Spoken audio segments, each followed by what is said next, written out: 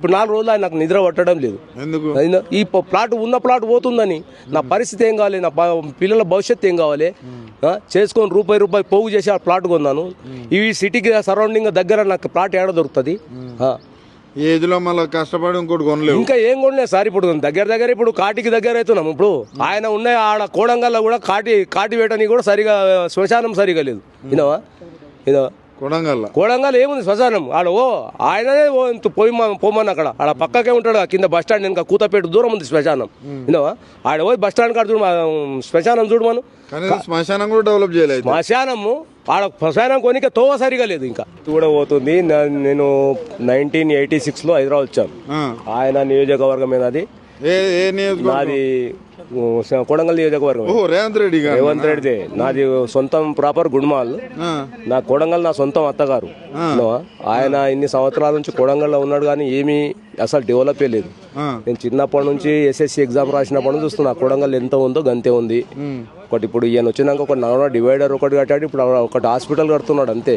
ఆ డెవలపింగ్ అనేది ఏమి లేదు. ఇప్పుడు నేను 1986లో వచ్చాను. నేను లారీ డ్రైవర్ని. అప్పుడు కిల్లర్ చేసి 19 నేను డ్రైవర్ అయినాక 19 అది ఒక్కొక్క రూపాయి జమ చేసి నేను ఇక ప్లాట్ కొన్నాను. ప్లాట్ కొన్నాక లారీ డ్రైవర్ నేను. మరి ఇప్పుడు అది ఎట్లనే ఇల్లు పోతే మళ్ళీ ఎట్లా నా బతుకు బస్ స్టాండ్ అని. ఇప్పుడు నాకు ఇప్పుడు 60 సంవత్సరాలు. ఇప్పుడు నేను అది ఒక్కొక్క రూపాయి పోగు చేసి ఆ ప్లాట్ కొన్నాను. నాకు ఒక పాపలు ఉన్నారు, బిడ్డలు ఉన్నారు, వాళ్ళ భవిష్యత్తు గురించి కొన్నాను. అది ఇప్పుడు నేనేం చేసిన అది ఇప్పుడు 5 years కింద దాన్ని ఒకటి చుట్టుముట్టు బౌండరీలు చేసి 2 రూమ్లు వేసుకున్నాను. దానికి 5 లక్షలు అయినాయి.